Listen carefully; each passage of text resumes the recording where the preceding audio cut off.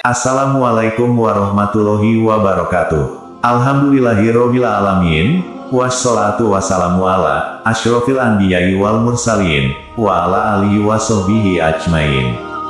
Sahabat YM 28 yang dimuliakan Allah.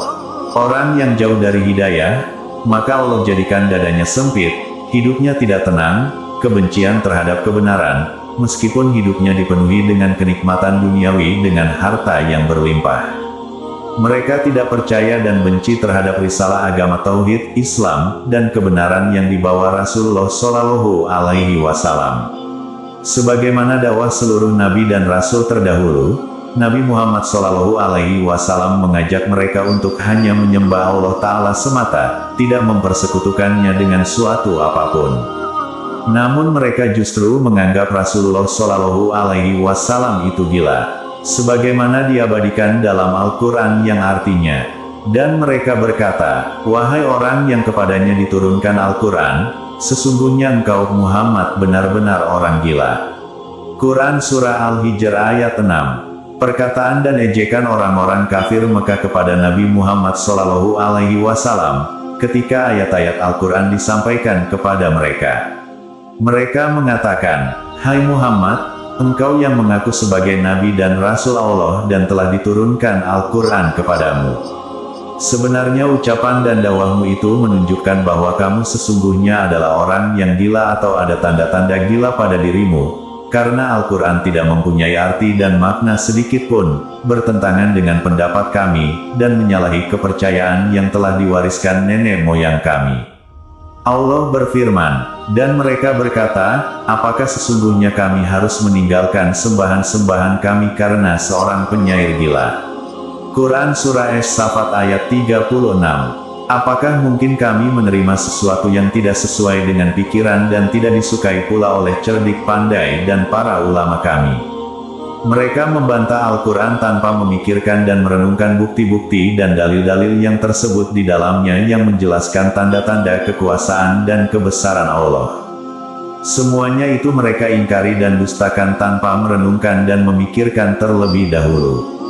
Sikap mereka yang demikian itu timbul karena kesesatan hati, keras kepala, dan fanatik kepada nenek moyang yang telah terhunjam dalam diri mereka.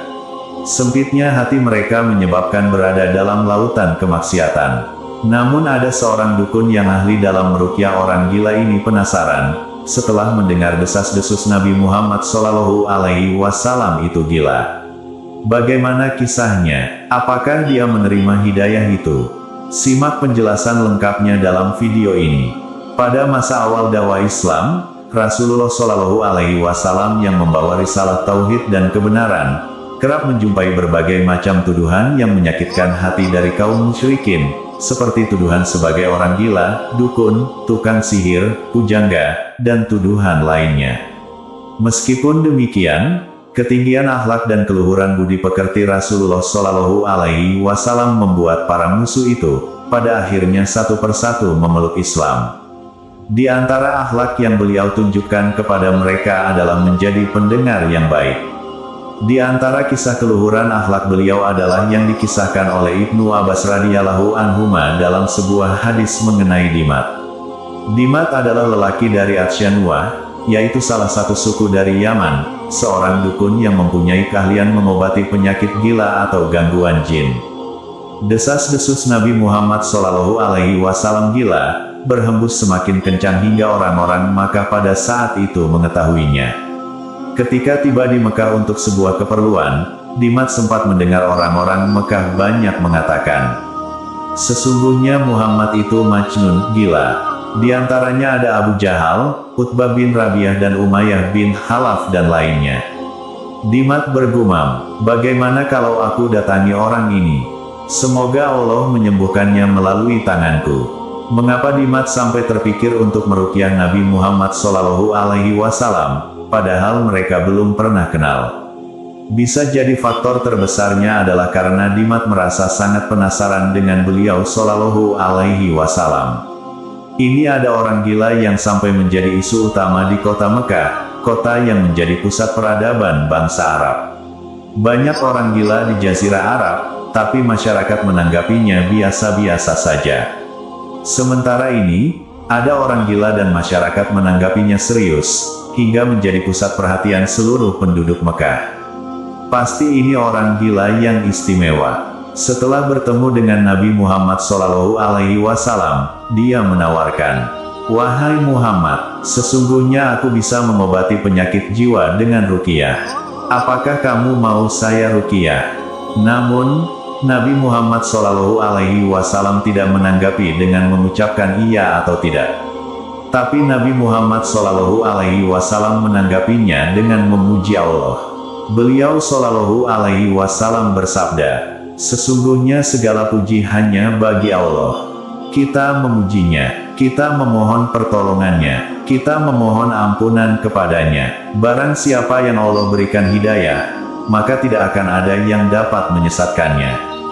Dan barang siapa yang disesatkan, maka tidak akan ada yang dapat memberinya petunjuk. Aku bersaksi bahwasanya tidak ada ilah yang berhak disembah kecuali hanya Allah semata. Tidak ada sekutu baginya, dan aku bersaksi bahwasanya Muhammad adalah hamba dan rasulnya. Amma ba'du." Kata-kata itulah yang merupakan ungkapan sangat indah, hingga membuat hati Dimat bergetar ketika mendengar kalimat ini pertama kalinya. Dimat keheranan, "Tolong ulangi semua ucapanmu tadi," pinta Dimat. Kemudian Rasulullah SAW mengulanginya 3 kali.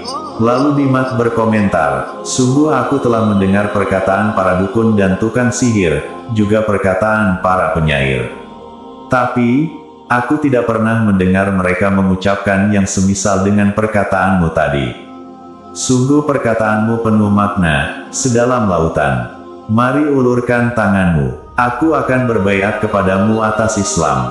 Maka Rasulullah SAW pun membaiatnya. Dalam lanjutan hadis dinyatakan, Rasulullah SAW menawarkan, "Untuk kaummu juga." Dimat menjawab, "Juga untuk kaumku." Setelah Islam berjaya di Madinah, Rasulullah SAW mengutus satu kompi pasukan. Ketika itu, mereka melewati kampungnya Dimat. Sang pemimpin pasukan bertanya kepada pasukannya, "Apakah kalian mengambil sesuatu dari mereka?" Salah satu pasukan menjawab, "Saya mengambil satu bejana dari mereka." Sang pasukan meminta, "Kembalikan benda itu, karena mereka adalah kaumnya Dimat." Setelah peristiwa ini, Dimat pun memeluk Islam dan mengikuti ajaran yang dibawa Rasulullah SAW. Ia termasuk orang-orang yang pertama memeluk Islam di masa awal dakwah Rasulullah SAW.